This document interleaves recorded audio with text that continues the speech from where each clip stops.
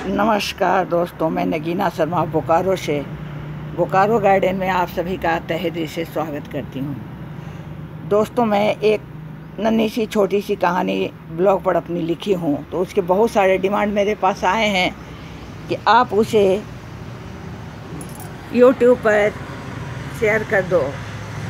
तो मैं उसी को आज कहानी को आपसे शेयर करना चाह रही हूँ।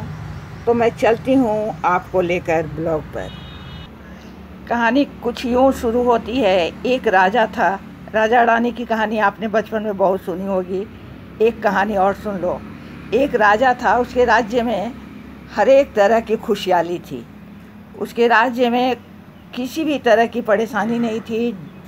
धन दौलत हीरे जवाहरात से उसके खजाने भरे हुए थे। उसकी जनता काफ़ी खुश थी, प्रजा उसकी काफ़ी खुश थी। और इसकी चर्चा, आप जानते हो, कोई भी चीज़ अच्छी हो या बुरी हो, ख्याति चारों ओर फैल जाती है। उस राजा की ख्याति चारों ओर फैल गई। दूसरे राज्य में एक बादशाह थे। उन्हें जब पता लगी कि राजा का खजाना बहुत ही धनी है, साथ ही उनके हरम में बहुत सी खूबसूरत नारियां हैं, उनका हरम भरा हुआ है खूबसूरत महिलाओं से, तो उनसे रहा नहीं गया और उनको बेचैनी हो गई कि चलो मैं इस राजा के राज्य पर चढ़ाई कर देता हूँ। जीत हासिल करके मैं सारे धन बटोर कर अपने यहाँ ले आऊँगा। सोने जवाहरात तो होंगे ही, साथ ही असंख्य सैनिक और हजारों रानियां मेरे हरम में आ जाएगी। ऐसा विचार ने उसके आंखों के नींद को चुरा लिया। उसने सेनापति को बुलाकर उसको अपनी इच्छा जताई। बादशाह ने कहा, इस जीत से हमारी शान में इजाफा तो होगा ही, धन जन की भी वृद्धि हो जाएगी, हमारे राज्य का क्षेत्रफल भी बढ़ जाएगा, और सुना है पड़ोसी राज्य में अकुत संपत्ति है। तो आप ऐसा करें कि अपनी सेना को इल्तिला कर दें और कल सुबह ही पड़ोसी राज्य की सीमा पर हम चढ़ाई के लिए हाजिर हो जाएंगे। कल सुबह होते ही 10,000 सेनाओं के दल बल के साथ वह पड़ोसी राज्य पर चढ़ाई के लिए निकल पड़ा। सीमा पर पहुंचकर उसने अपने गुप्तचर को राजा के सैन्य बल की जानकारी लेने के लिए भेजा।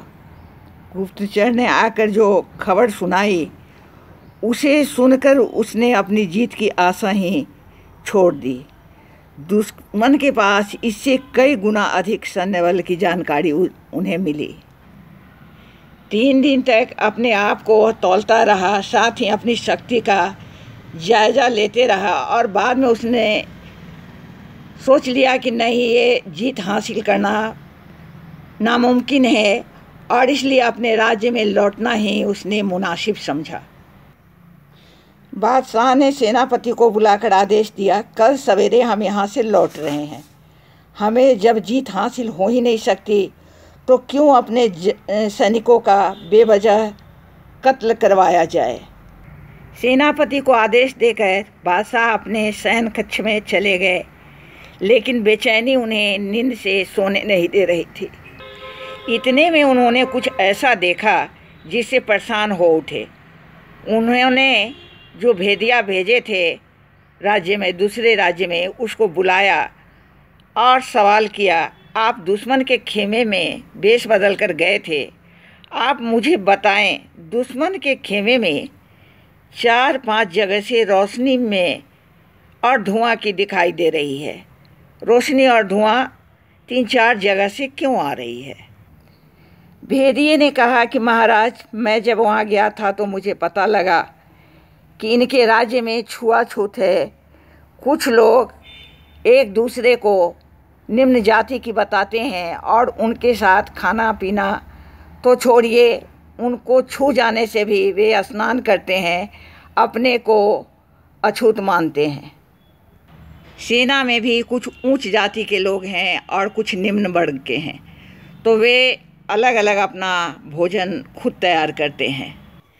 राज्य में लोग जाति, वर्ग, धर्म के अनुसार बटे हुए हैं। यह खबर सुनते ही बादशाह की बाँछें खिल गई।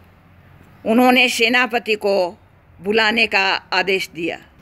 सेनापति के आने पर उन्होंने आदेश दिया कि कल हम सुबह सुबह पड़ोसी राज्य पर चढ़ाई कर रहे हैं। अब हम यहाँ से जीत कर ही वापस लौट रहे हैं।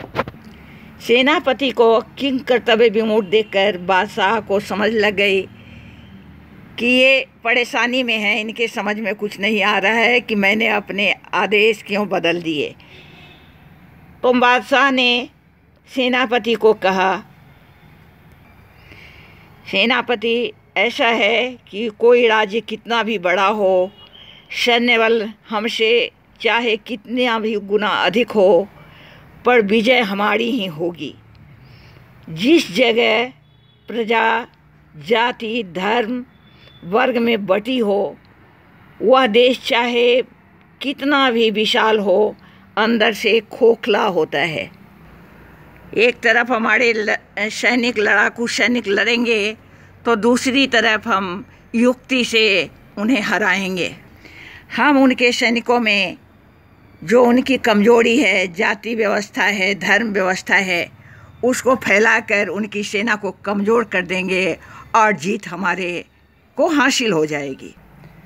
दोस्तों, बादशाह की जो सोच थी वो सही निकली और चढ़ाई करने के बाद वो जंग जीत गया। और इसे हम लोग अपने आसपास भी देख सकते हैं। जहाँ कमजोरी होती है, आपस में लोग बटे होते हैं, वहाँ हार का मुंह देखना ही होता है।